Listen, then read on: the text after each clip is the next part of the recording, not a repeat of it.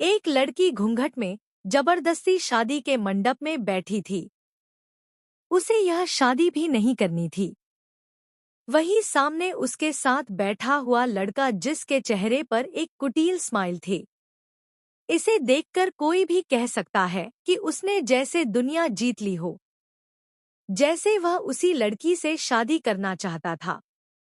कि वही उस लड़की की आंखों से आंसू बह रहे थे, चेहरा रो रो कर लाल हो चुका था। नाक उसकी पतली थी जो कि बहुत ही लाल हो चुकी थी, जैसे कि उसे सर्दी हो गई हो। आंखें रो रो कर सूज गई थी। गोरा रंग उस पर लाल रंग का रहे लहंगा और उस पर गोल्डन कलर की कढ़ाई बहुत ही खूबसूरत बना रही थी। ऊपर से खानदानी भारी सेवर पहने हुए थे जो कि उसे और खूबसूरत बना रहे थे।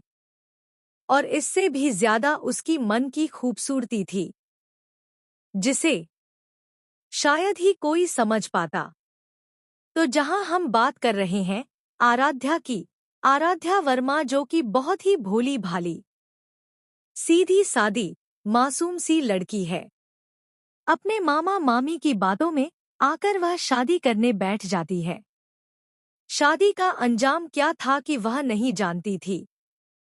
आखिरकार यह शादी मोहब्बत के लिए हो रही है या नफरत के लिए, यह वह भी नहीं जानती थी। वहीं उसके बाजू में बैठा लड़का अपने मन में, स्वागत है माय वाइफ अपने घर में और नर्क में। ऐसी जिंदगी दूंगा कि किसी ने कभी सोचा भी नहीं होगा। एक पल को भगवान भी कांप उठेगी। मेरी सजा देखकर आखिरकार मुझे इतना निर्दयी बनाया क्यों? पर क्या करूं ना, तुमने कारनामे ही ऐसे किए हैं, मुझे इतना कठोर तुम्हारे सामने बनना ही पड़ेगा। दिखती तो तुम बहुत मासूम भोली भाली है, पर अंदर का दिल तुम्हारा बहुत ही काला है। इतना कि शायद कोई भी उसे देख पाए। और मैंने वह काला दिल देखा है। तुम्हारी मामी तुम पर बहुत सुनाती है ना, बहुत ही अच्छा काम करते हैं वह, तुम लायक ही इसी के। और अब तो तुम्हारी जिंदगी और नर्क बनने वाली है, क्योंकि तुम्हारी जिंदगी में शिवांश सिंह राठौर की एंट्री हो रही है। अब तुम शिवांश सिंह राठौर का असली रूप देखोगी, जिसे किसी ने भी नहीं देखा। शिवांश अच्छों के साथ बहुत अच्छा और बुरों के साथ बहुत बुरा।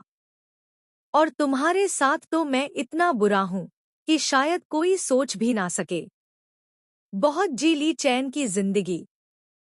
आराध्या, अब तुम दुनिया के सामने सिर्फ नाम के मैसेज शिवांश सिंह राठौर होगी, लेकिन असल में तुम मेरे लिए मेरी जिंदगी में कोई मायने नहीं रखती। 7 फेरों के साथ 7 जन्मों तक तुम्हें मैं सजा देने का वादा लेता हूँ। और ऐसी सजा दूंगा ना कि तुम हर जन्म में मुझे याद करोगी।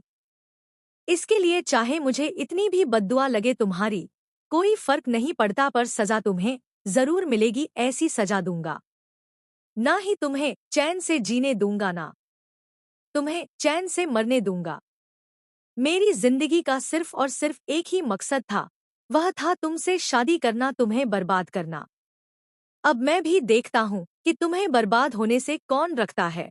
और ना तुम्हारी मौत हो बुलावा दूंगा इतनी जल्दी, ना तुम्हें चैन से जीने दूंगा। So just wait and watch. Aaradhya.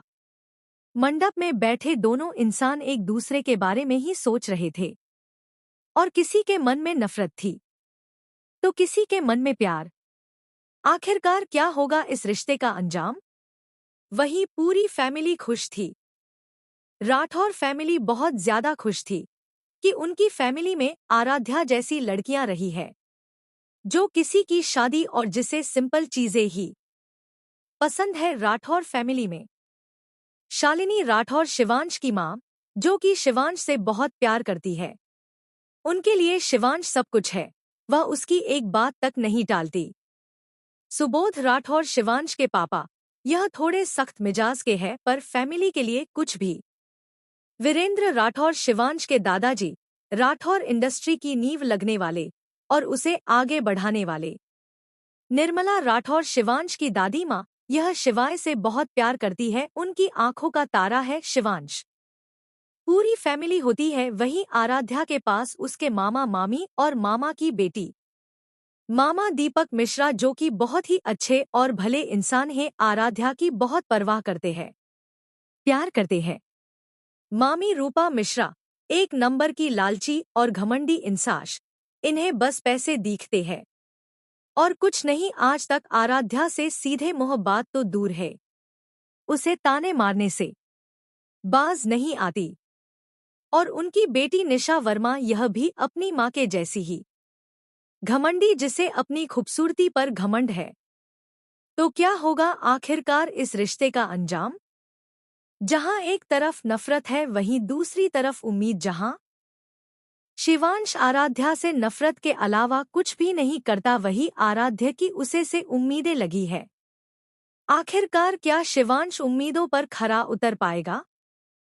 क्या आराध्या की उम्मीद टूटने वाली है? क्या एक बार फिर आराध्या को वही शक्तियां पहनी है जो इतने सालों से सहती आ रही थी?